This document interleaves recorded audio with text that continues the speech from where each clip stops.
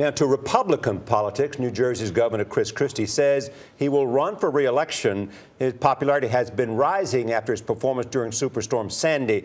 A new poll from Farley Dickinson University shows Christie's job approval rating has jumped 21 points in the past month. A Rutgers poll shows 67% of New Jersey voters give him a favorable rating. CBS News political director John Dickerson is with us this morning. John, good morning. Good morning, Charlie. So what do you think about Governor Christie and this rise in polls and what he has to say to his fellow Republicans about what happened during the election campaign? Well, he's locking in gains, sort of. You know, he's had this successful response to the hurricane. He's now announcing his reelection for governor, basically saying, you know, we have to continue the rebuilding that we've been doing for the last several weeks. In terms of his future ambitions and the Republican Party, there has been some blowback about his relationship with the president during that hurricane, how it may have hurt Mitt Romney. Christie's aides were testing whether that blowback, how severe it was the day after the election. So that's something he will have to manage. But, you know, these poll numbers are pretty extraordinary, and memories will get pretty short, particularly if he has a successful second term.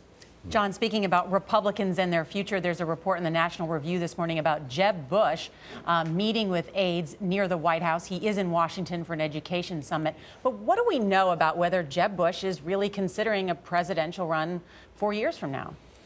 You know, you can go crazy trying to figure out what Jeb Bush is going to do. Remember how he danced around the issue several times in this last election, and then also the question of whether he was really up for being vice president or not. He was certainly quite coy in his remarks to the National Review. It's interesting, Jeb Bush and Christie, both people who've been criticized for bucking their party. Christie on not only with the Romney question, but other things. But Jeb Bush, remember, saying all through the campaign, I'm outside my party on the question of immigration. So you have two contenders for 2016 who are apart from their party at a time when the party is trying to redefine itself on that national presidential level. You know what else is interesting, John? If, in fact, Hillary Clinton decides to seek the nomination and get the nomination, if Jeb Bush gets the Republican nomination, it's Bush Clinton all over again. Yes, well, we like familiarity in our politics. Yes, it does. If we could just get a Jefferson or a Hamilton to run again, then we'd all how feel about a lot more comfortable.